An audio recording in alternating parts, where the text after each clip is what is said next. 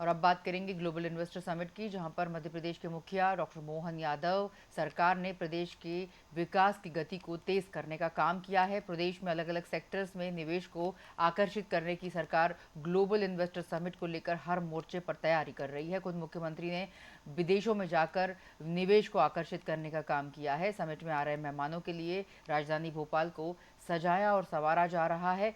हर गली मोहल्ले को जगमग किया जा रहा है, सड़कों को चमकाया जा रहा है, दीवारों पर रंग रोगन किया जा रहा है। बिल्कुल, ये मैं समझता हूँ कि मध्य प्रदेश वासियों के लिए बहुत बड़ा अवसर है ये, क्योंकि ये समिट जिस तरह की चीज़ें हम मध्य प्रदेश वासियों के लेकर के आएगा, वो आने वाले भविष्य में एक बहुत अच्छी राह दिखाने वाला है। जैसा कि अभी आपने कहा भी कि औद्योगिक नीति के माध्यम से जब बढ़ावा बनेगा, बड़े बड़े इंडस्ट्रीज़ यहाँ पर जब आएंगे, तो निश्चित तौर पे मध्य प्रदेश के लोगों के लिए एक रोज़गार के बड़े सारे अवसर उपलब्ध होंगे, क्योंकि यही एक बहुत बड़ा रास्ता होता है रोज़गार बढ़ाने के लिए।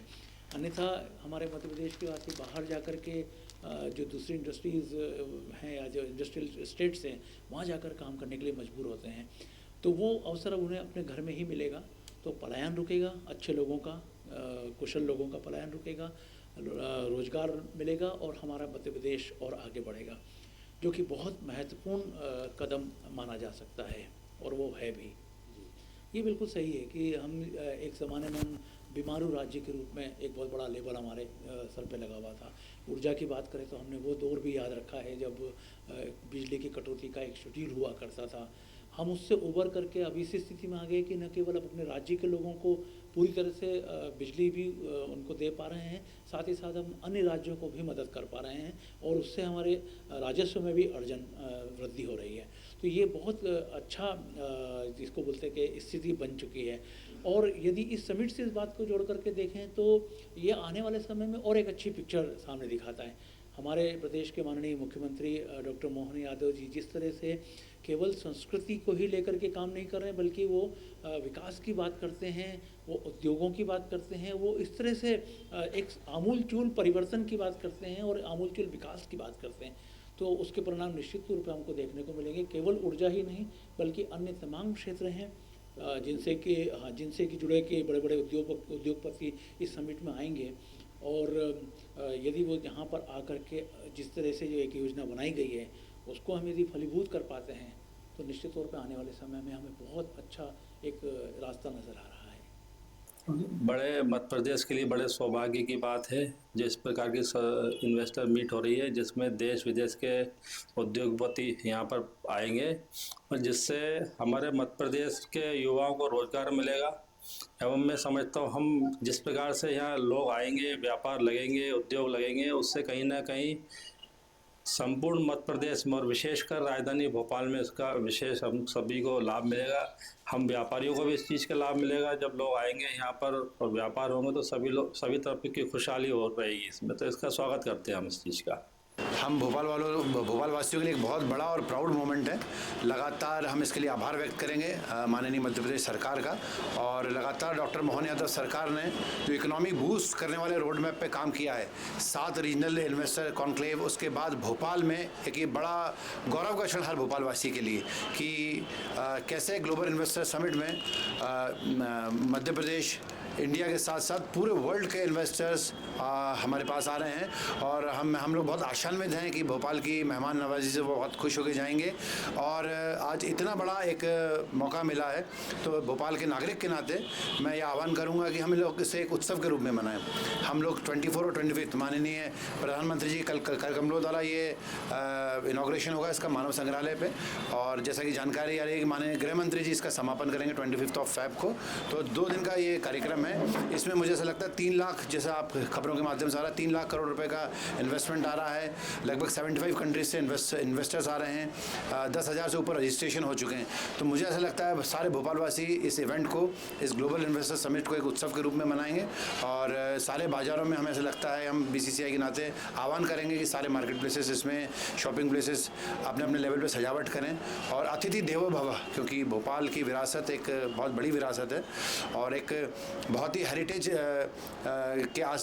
साइट्स के आसपास भोपाल बसा हुआ, लेक सिटी ऑफ लेक्स है, क्लीन सिटी है, ग्रीन सिटी है, स्मार्ट सिटी है। और मुझे लगता है इस ग्लोबल इन्वेस्टर समिट के बाद भोपाल एक ग्लोबल सिटी के रूप में आगे बढ़ेगा, भोपाल एक विकसित राजधानी के रूप में आगे बढ़ेगा।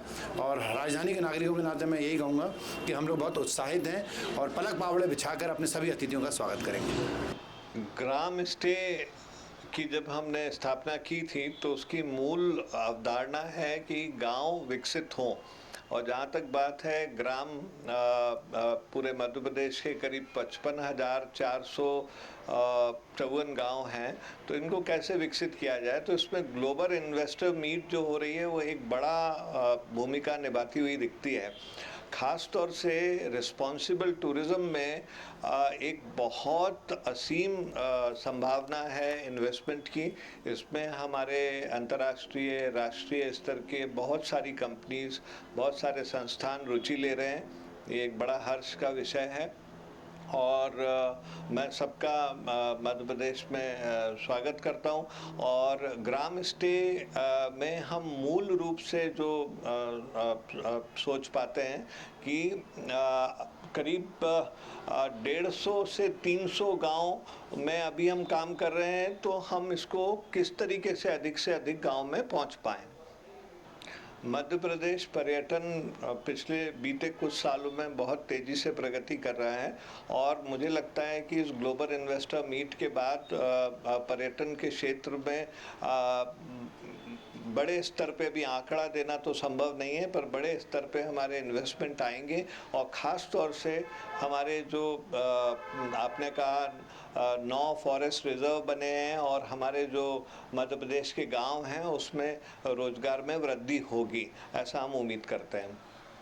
मध्य प्रदेश को भारत का दिल कहा जाता है क्योंकि ये ठीक भारत के मध्य में बैठा हुआ है।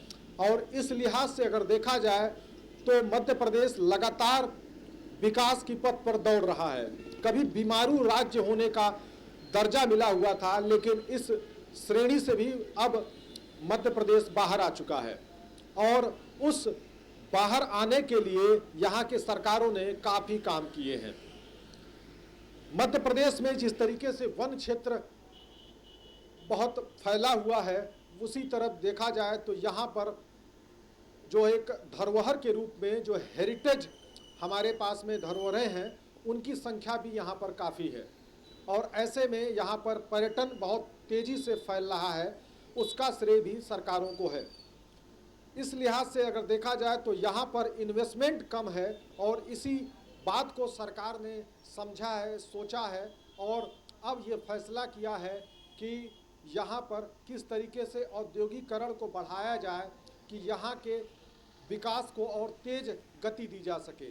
तो जो विकास का इंजन है उसको तेज करने के लिए मध्य प्रदेश की डॉक्टर मोहन यादव सरकार प्रतिबद्ध है और इस विकास के इंजन को जो गति मिल रही है वो देश के प्रधानमंत्री नरेंद्र मोदी से मिल रही है।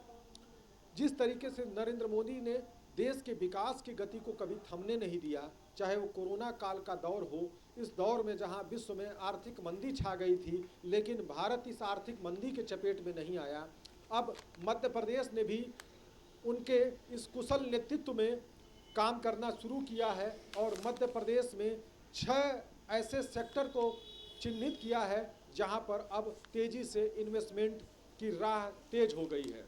मुख्यमंत्री खुद प्रदेश में इन्वेस्टमेंट लाने के लिए जापान, जर्मनी और यूके का दौरा कर चुके हैं। वहां से एक आशानुकूल उनको सफलता भी मिली है। इसके पहले भी 7 रीजनल इंडस्ट्री कॉन्क्लेव का आयोजन किया गया है जहां पर 4 लाख करोड़ से ज़्यादा का इन्वेस्ट प्रस्ताव मिला है। इस कॉन्क्लेव का उद्घाटन प्रधानमंत्री खुद 24 फरवरी को करने जा रहे हैं। वहीं इस इन्वेस्टर समिट में देश के 50 शीर्ष उद्योगपतियों को भी बुलाया गया है। सरकार का अनुमान है कि कुल 15 लाख करोड़ से ज़्यादा का इन्वेस्टमेंट प्रस्ताव आएगा और ऐसे में प्रदेश की जो विकास की प्रगति है, विकास की